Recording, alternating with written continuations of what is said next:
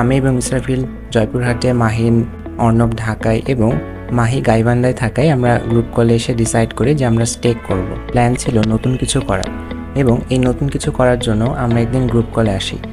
না, সবাই একসঙ্গে কথা না বললে হয় না ভাই, যতই বলো। ভাইয়ের কথা মতো আমরা সবাই সামথিংস কুকিং নামে একটা স্টোরি দিই এবং এটা অনেক হাইপ ক্রিয়েট করে। সবাই আমাদেরকে আস্ক করে যে এটা আসলে কি, বাট আমরা কাউকে বলিনি until we did.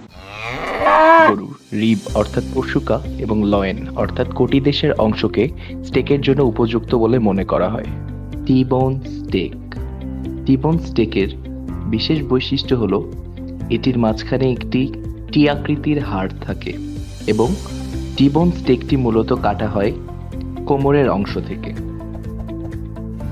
সালয়েন stake. সালয়েন stake মূলত হাই প্রোটিন সমৃদ্ধ। সালয়েন স্টেক কাটা হয় সম্মুখ পাঁজর এবং পেছনের মাঝামাঝি অংশ থেকে। সালয়েন স্টেক দেখতে অনেকটা আয়তাকার এবং ক্ষেত্রবিশেষে ভিন্ন আকৃতির হতে পারে। Rib eye steak. রিব অর্থাৎ পশুকার অংশ থেকে কাটা হয়েছে বলে এই স্টেকটির নামকরণ করা হয়েছে rib eye steak. Rib eye steak অন্যান্য স্টেকের তুলনায় ছোট হয় এই স্টেকটি আমরা ব্যবহার করিনি। সবকিছু বিবেচনায় আমরা ডিসাইড করি sirloin steak. It was not that easy. আমাকে মোরলেস 9টি সুপার শপ ঘুরতে হয়েছে স্টেকের জন্য। ফার্স্ট অফ অল মাটিগাটায় স্বপ্নের আউটলেট, দেন মিনাবাজার, যেটি কিনা বাংলাদেশের সবচেয়ে বড় সুপার শপগুলোর মধ্যে একটি। সেখান থেকে মিরপুর 14, মিরপুর 10, মিরপুর 2, মিরপুর 1 এবং মোটামুটি 7 থেকে 8টি আউটলেট ঘোরার পরও কিছু না পেয়ে আমি সুপার ফ্রাস্ট্রেটেড ছিলাম।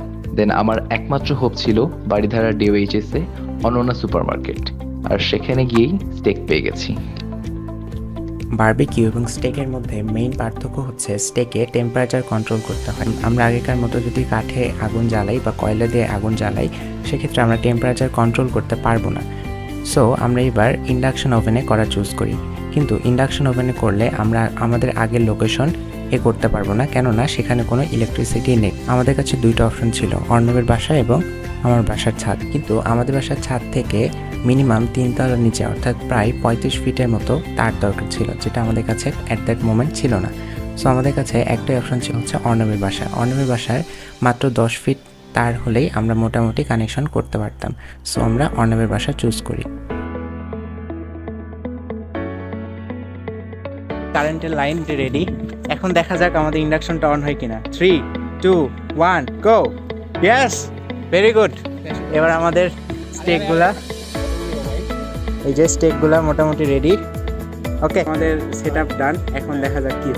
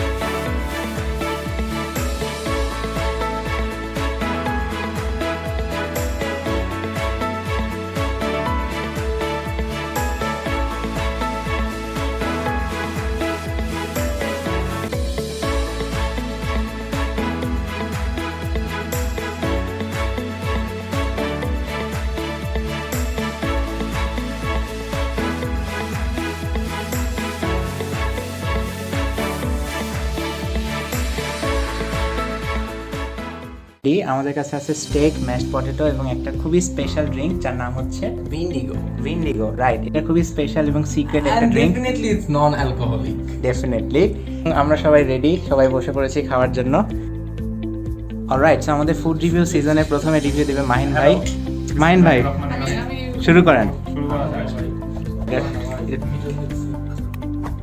স্টেকের ভিতর দিয়ে রক্ত পড়ে ভাই, তুই কি শিখাচ্ছিস? কেমন ভাই এটা? এটা খাইতে একদম গরুর মাংসের মতো, একদম গরুর মাংসের মতো। কি বলিস? জোকস অ্যাপার্ট, হ্যাঁ, আসলে এই জিনিসটা মানে ভেতর থেকে একটা মানে ফিল পাওয়া যাচ্ছে, অনেক সফট টেন্ডার। তো আই থিঙ্ক ফার্স্ট টাইম হিসেবে অসাধারণ। Thank you. এইবার আমাদের রহন ভাই, ওকে, চেক করি। Give your review.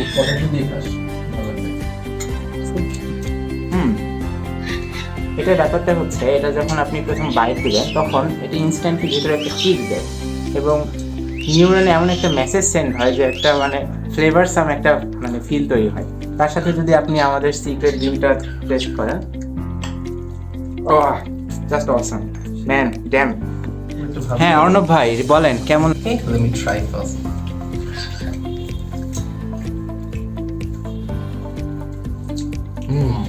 It's nice. এটা আমি বানাইছি, আমি সেটাই বিলিভ করতে পারতেছি না অ্যাকচুয়ালি। আর অনেস্টলি এটা আমার ফার্স্ট টাইম, তো আমার ভালো লাগছে। এবার আমাদের ইসরাফিল ভাই বলেন কি অবস্থা?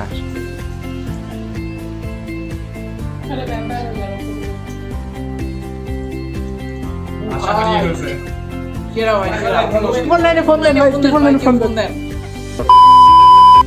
দেয় না। মাহিত খাবার নিয়ে খুব ব্যস্ত, সে আসলে রিভিউ দেওয়ার সময় নাই তার।